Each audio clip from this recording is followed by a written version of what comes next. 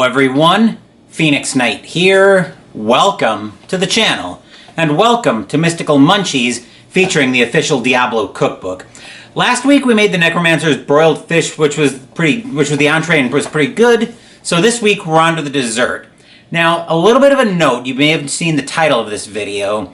This week was originally supposed to be the Irish plum and honey cake, but I ran into a problem at the grocery store this morning because apparently plums are out of season, and just to let you guys in on a little secret, just between you, me, and the four walls of the internet, it's pretty hard to make a plum cake without plums. So yeah, we're not going to be able to do the Irish plum and honey cake. We're going to kick that over to another time. This week, the stand-in dessert instead is going to be Steps Shortbread Cookies. First up, let's tell the story for this one. In a land ravaged by war and devoid of growing things, you take your pleasures wherever you can get them. Years ago, the Forge Inn served an unleavened shortbread, unremarkable by all accounts, until one day a spice merchant stopped by for a meal. He sampled the shortbread, paused a moment, then reached into his satchel for a pouch of seasonings. Most were unknown in the dry steppes: anise, cardamom, and cloves, among others. He offered them to Udall and was begrudgingly paid after the innkeeper tried a taste of the adjusted recipe. The merchant now makes a monthly visit, his spices continuing to flavor the inn's splendid shortbread. Well, let's find out how good all of that is, because the ingredients are waiting for us in the kitchen, so let's move in that, or at the table, I should say, so let's move in that direction.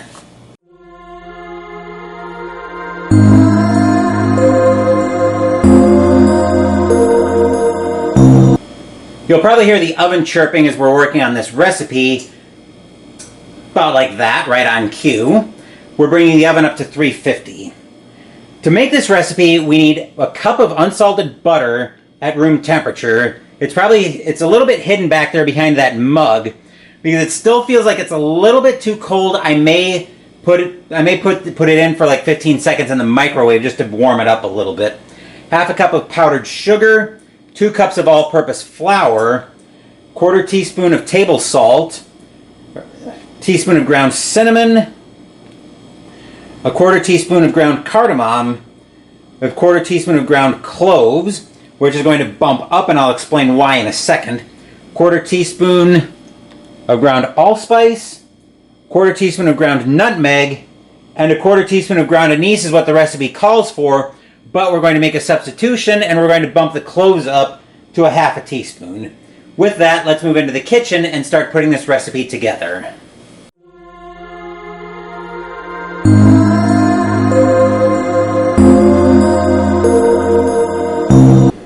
The oven came up to temperature as I was getting this first step ready. So the first thing we're going to do is, besides get the oven up to temperature, is we've lined a baking sheet with parchment paper. So now we're going to take the butter,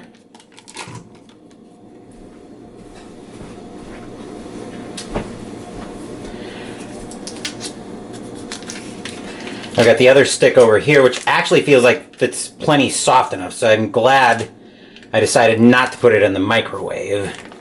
So we've got the butter, that one can hit the bin as well, and our 1/2 cup of powdered sugar, which actually I didn't realize I still had the canister for the regular sugar down, so that can go back up. I won't need that.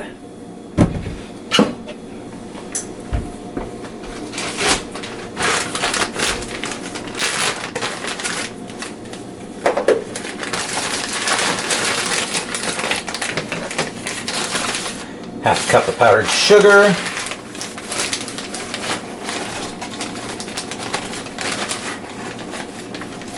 Okay.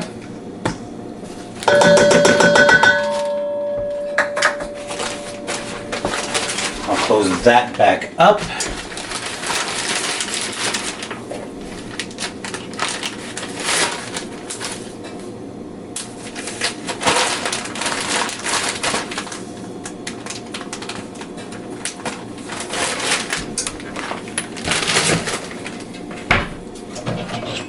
And then we're going to cream this until it's light and fluffy. So we'll see how this goes.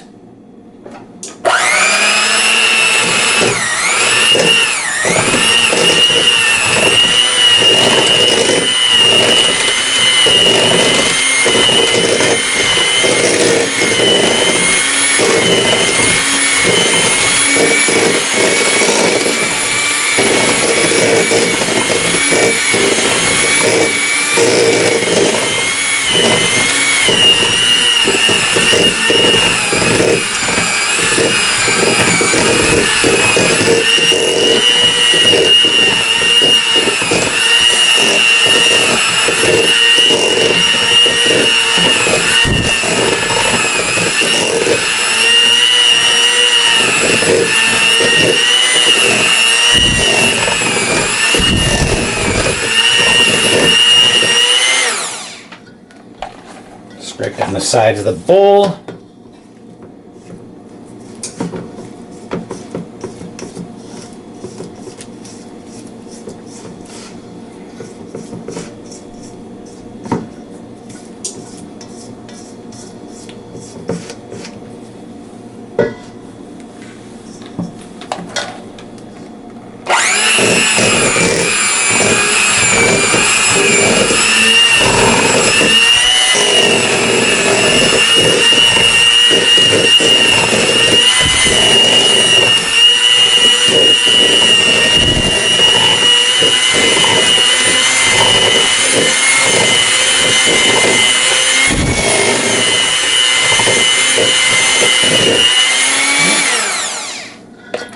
I think we are actually pretty much good there as I look into the bowl there. I'll see if I can scrape down the. I'll see if I can get the beater bars scraped down a little bit.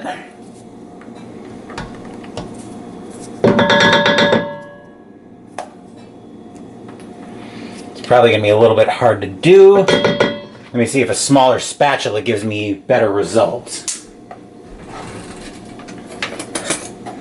That's not the smaller spatula. This is. That was a pretty big spatula I was trying to use, trying to get into the nooks and crannies of the beater bars, and yeah, that seems to be doing a little bit better.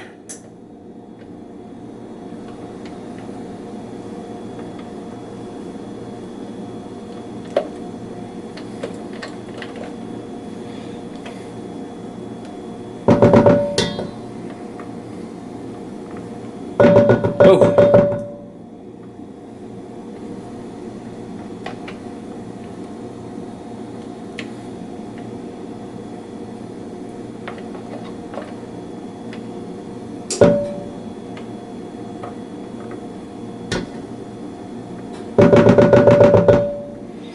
All right.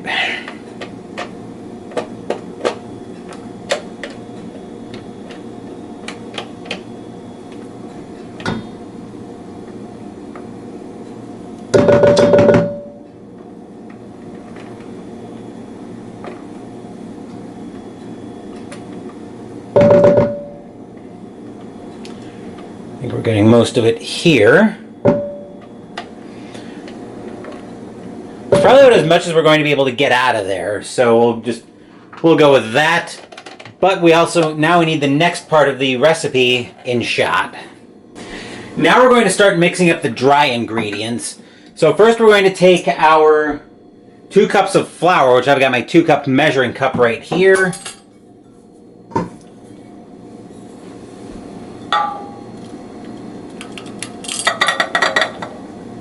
Easy does it. Oh.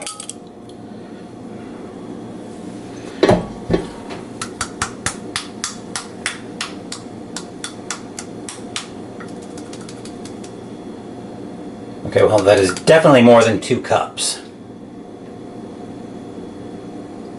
Yeah.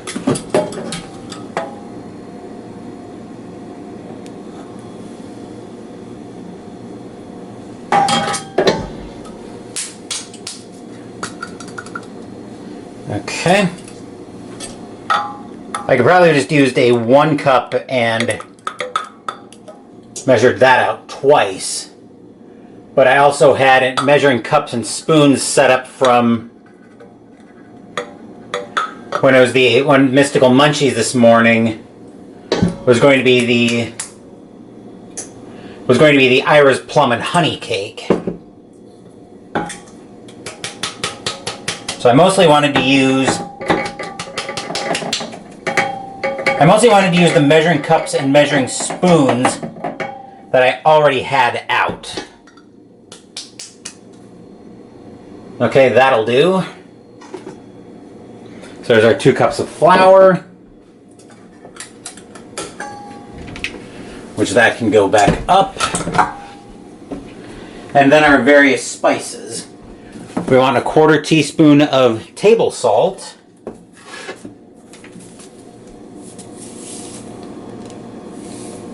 That's going to be a little more than a 1/4 teaspoon. Then a teaspoon of ground cinnamon, which I've got right here.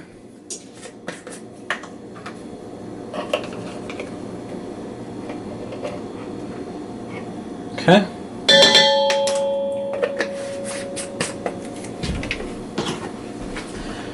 Then we want this is where we're going to make the substitution to go up to 1/2 teaspoon of ground cloves instead of a 1/4 teaspoon of cloves and another 1/4 teaspoon of anise. 1.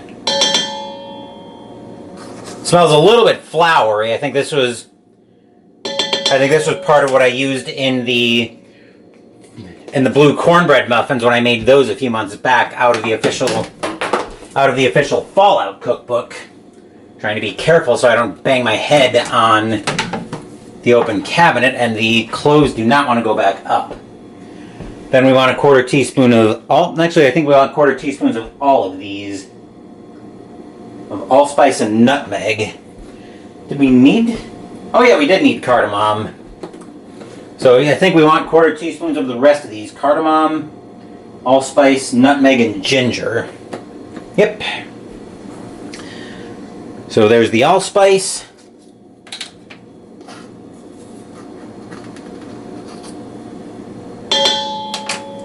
I have a feeling this is going to be another floury tasting recipe just from what I'm smelling. Nutmeg.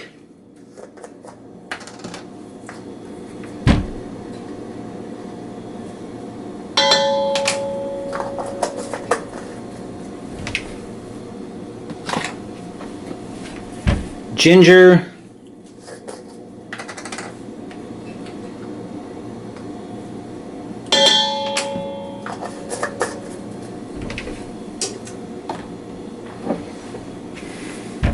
And the cardamom.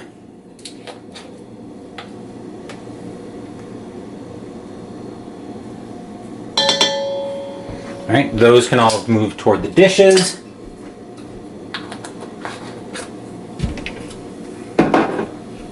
And then we'll whisk all of that together.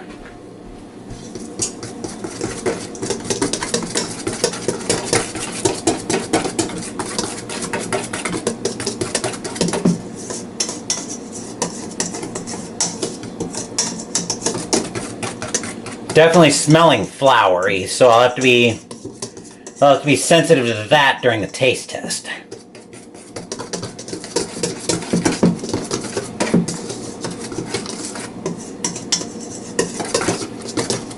Okay, I think that's about as good as it's going to get there. So now we need to bring the wet ingredients back in shot. Next, we're going to gradually add the dry ingredients to the wet, mixing them until just combined.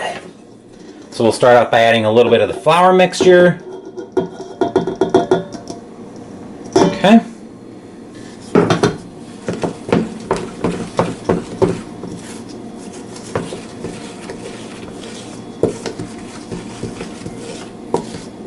Definitely picking up on more of that floury smell.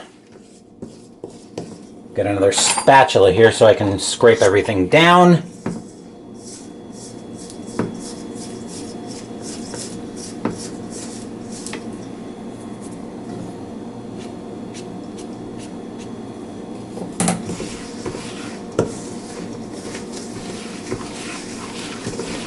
All right, we'll add a little more of the flour.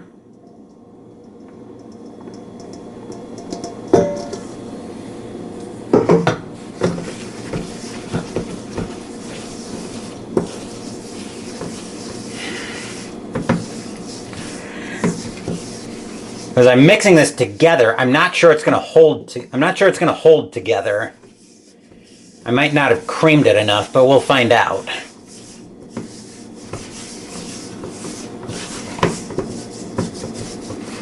And the last of the flour.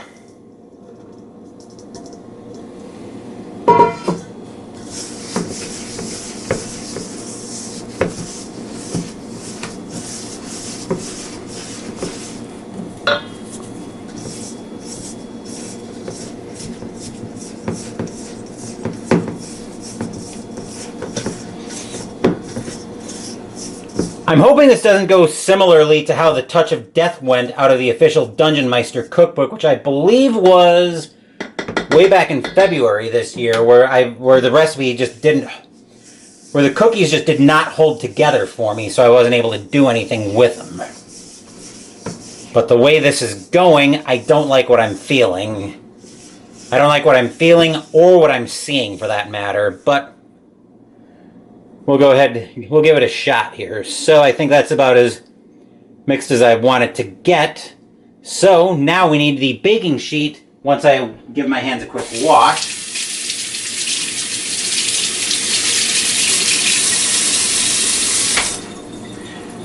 Now we need the baking sheet that we lined with parchment paper back in shot. Now we're going to start unrolling the dough into 1-inch balls and then placing them on the cookie sheet. I'll do a few of these on camera just so I can see how everything's holding together.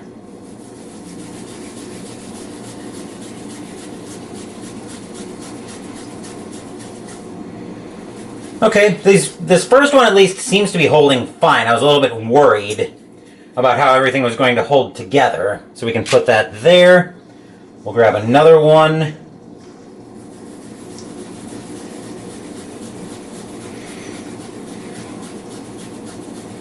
Okay, I may have been a little bit paranoid when I started mixing these up. We'll do a couple more. I think we'll see if we can get through the first row on here.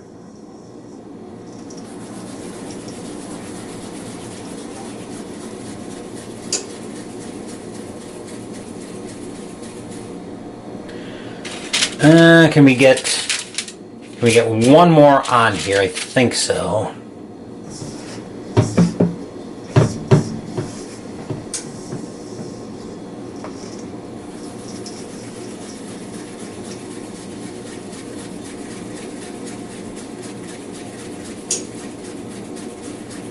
Okay, yeah, it looks like these are holding together so far.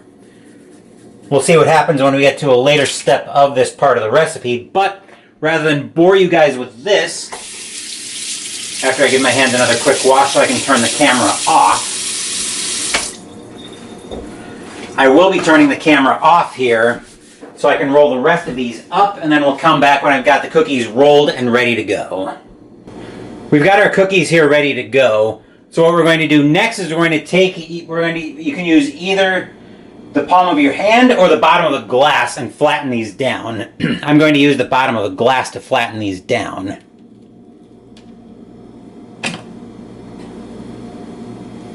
There we go. It'll crumble a little bit, but I think that's just the nature of the beast. Hopefully staying mostly together.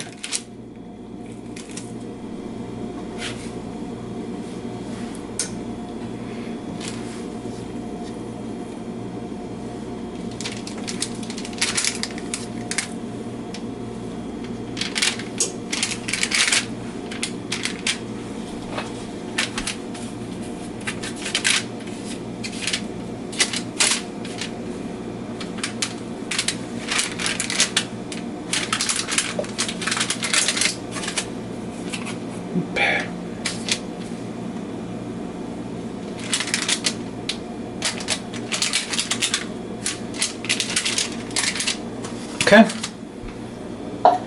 We're good to go there. So now we'll put these in the oven for 8 to 12 minutes until the edges are lightly brown. So we'll move the camera out of the way. I'll put these in the oven. Set a timer for 12 minutes. And we'll come back when the cookies are out of the oven. Here are the cookies as they're fresh out of the oven. So I'm going to grab a hot pad of some kind so I can scoop some of these out. We'll move these over to a wire rack to cool, which I've got the wire rack just in shot. You've probably seen it before as I've made bacon recipes on it before. So we'll move all of these over to the wire rack to cool. Oop. Without falling all over on me.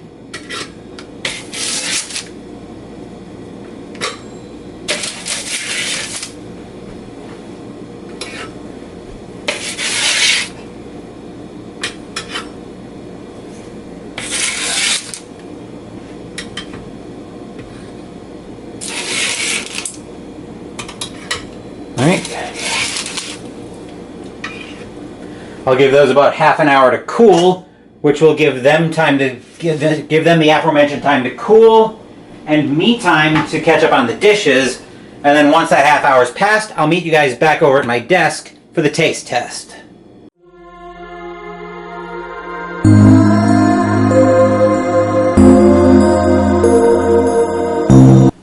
So it's been a little bit quicker than the half an hour I expected to need, but the cookies felt like they were mostly cool coming out of the oven, and I've got one over here, so let's give it a taste and see what I think. As I mentioned a few times while I was cooking everything, it did smell like they were a little bit on the floury side, so that is something to be aware of during the taste test. But let's give this a taste and see what I think.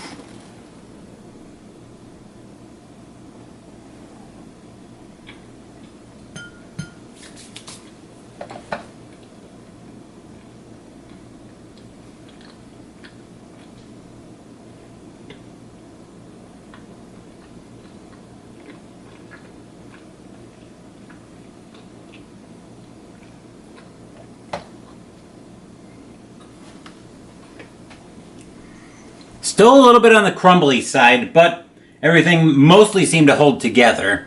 Not as floury as I was expecting it to be. They might also set a little bit more with some more time to cool. So I'll have to keep an eye on that as I'm working my way through these. But that's another episode of Mystical Munchies in the books. Next week, we'll be in a new cookbook. More on that, though, during Pinot with Phoenix tomorrow night. As for what's scheduled on the channel, tomorrow we're finishing the fall campaign in Astronight's Eternity. Wednesday we're playing Aeon's End. And I think there will be at least, also on Tuesday, right? Tuesday, yes. We are starting the 1972 NFL season replay and Momentum Football, as the New York Jets will take on the Buffalo Bills in Week 1. There will probably be at least one game stream yet this weekend, but I don't know when or what that will be yet. So stay tuned to the channel for that. Thank you for watching this video. Please give the video a thumbs up and subscribe to the channel. Be sure to turn on notifications so you get my content. Be well, stay safe, take care of yourselves and your loved ones, and I'll be back with more videos in the future. Until then, take care everyone.